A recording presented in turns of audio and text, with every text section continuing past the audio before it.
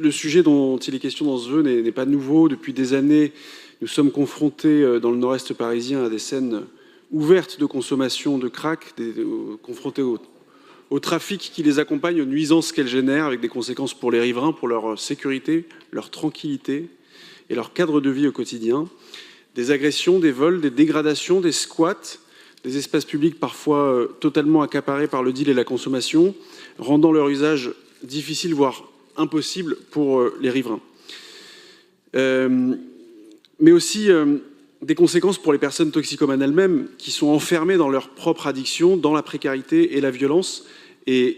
nous le savons aujourd'hui, et j'en suis convaincu, que personne parmi nous aujourd'hui ne se satisfait d'une telle situation. Alors bien sûr qu'il faut lutter contre les trafics,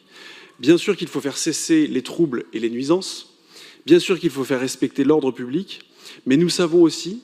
que l'addiction au crack, et ça a d'ailleurs été dit en début d'après-midi, ne peut pas être traitée uniquement comme un sujet d'ordre public, mais d'abord comme un sujet de santé publique. Et si votre politique de réduction des risques permet de limiter certains risques immédiats pour les usagers, les overdoses, les contaminations et les injections dans des conditions sanitaires catastrophiques, injection, inhalation d'ailleurs, elle n'a jamais produit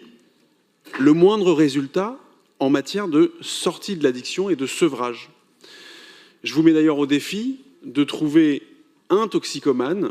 qui est ressorti sevré après avoir fréquenté la salle de shoot, en 10 ans, ça n'existe pas, il n'y en a pas